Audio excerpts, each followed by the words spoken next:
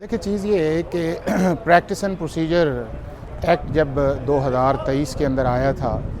उसके बाद से पाकिस्तान का जो चीफ़ जस्टिस का ऑफ़िस है उसकी काफ़ी हद तक जो है एडमिनिस्ट्रेटिव पोजीशन चेंज हो गई है। उसके अंदर ये आ गया कि एक 3 मेंबर्स कमेटी बनी और वो कमेटी फ़ैसला करती थी कि किस तरह फिक्सेशन ऑफ केसेस ने होना है। और आपने देखा कि इसीलिए पहले उस लॉ को जो है इम्प्लीमेंट होने से पहले जो है वो सस्पेंड कर दिया गया और फिर फ़ाइज़ ईसा साहब के दौर के अंदर बेंच बना और उसके ऊपर 10-5 से एक फ़ैसला आया। अब दूसरा ये है कि 26 कॉन्स्टिट्यूशनल अमेंडमेंट के बाद एक बहुत बड़ा शिफ्ट आ गया है कि जिसके अंदर सुप्रीम कोर्ट की जुरिसडिक्शन जो है, जो आपकी कॉन्स्टिट्यूशनल मैटर्स पे है, एडवाइजरी मैटर्स पे है या इंटरप्रिटेशन ऑफ लॉ के ऊपर है,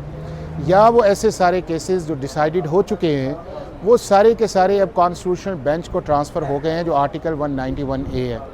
अब उसके नीचे एक कमेटी बैठती है वो कमेटी है जिसको आजकल जस्टिस अमीनुद्दीन है, जस्टिस मंदुखेल है और जस्टिस मज़र है। तो अगर इन सारे कॉन्टेक्स्ट के अंदर देखा जाए तो इस वक्त जो एक्टिंग चीफ़ जस्टिस है वो एक सेरेमोनियल तौर पे जो है वो पाकिस्तान के एक्टिंग चीफ़ जस्टिस है। उनके पास ना कोई कॉन्स्टिट्यूशनल या एडमिनिस्ट्रेटिव मैंडेट है कि जिस केसेस की तरफ आपने इशारा किया, चाहे 26वीं आइनी तरमीम है या रिज़र्व सीट्स वाला मैटर है या 9 मई वाले को मैटर्स हो सकते हैं, तो वो उनका नहीं है। अब मैं भी ये समझता हूँ कि हमारी पॉलिटिकल पार्टीज़ को भी रियलिस्टिक होना चाहिए कि वो उन चीज़ों के ऊपर बात करें जिसके अंदर कॉन्स्टिट्यूशनल या लीगल बैकिंग है। सिर्फ एक ख्वाहिश की बुनियाद पे ये कहना कि जी अब वो चीफ जस्टिस आ गए हैं तो उनका ये इख्तियार है या हो सकता है, तो कॉन्स्टिट्यूशनली या लीगली या एडमिनिस्ट्रेटिवली जो है मंसूर अली शाह साहब का इख्तियार जो है वो एज ए सेरेमोनियल के तौर पे है।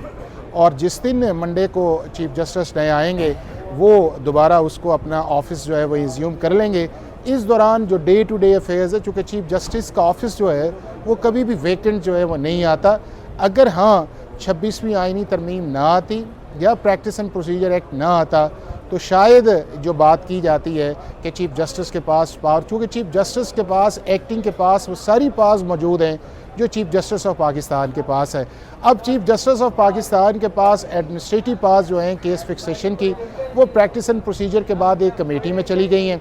और कॉन्स्टिट्यूशनल बेंच की जो जुरिसडिक्शन थी वो उस कमेटी के अंदर चली गई है। तो चीफ जस्टिस ऑफ पाकिस्तान के भी पास इख्तियार नहीं है कि इन तरह के मैटर्स जिनकी तरफ आपने इशारा किया है उनको यूनिलैटरली फिक्स करें। तो जो चीफ जस्टिस की पावर है वही ट्रांसफ़र जो है एक्टिंग चीफ जस्टिस के तौर पे आई हैं। तो लिहाजा मंसूर अली शाह साहब जो है वो एक स्टॉप गैप अरेंजमेंट के तौर पे हैं। बाकी जो है केस फिक्स करने की, ट्रांसफ़र करने की या नए केसेस के ऊपर को फैसला करने की कि जिसके अंदर कौन से बेंच के पास लगे, वो मंसूर अली शाह साहब का एज एक्टिंग चीफ जस्टिस जो है ना इख्तियार है, ना प्रेरोगेटिव है, ना कॉन्स्टिट्यूशन या लॉ उन्हें इस चीज़ की इजाज़त देता है।